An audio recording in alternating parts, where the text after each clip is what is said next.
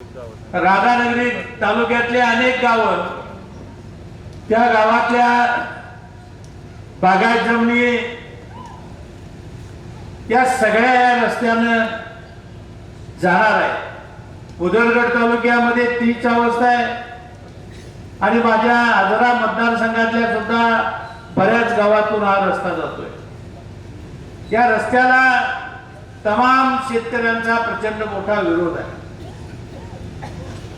काळावाडी धरणाच्या वेळची चळवळ या विभागानं पाहिलेली आहे, पण त्यावेळेला सगळा समाज उठला होता पाणी पाहिजे म्हणून. अनेक वर्ष तो लढा आपण लढलो आणि जिंकलो.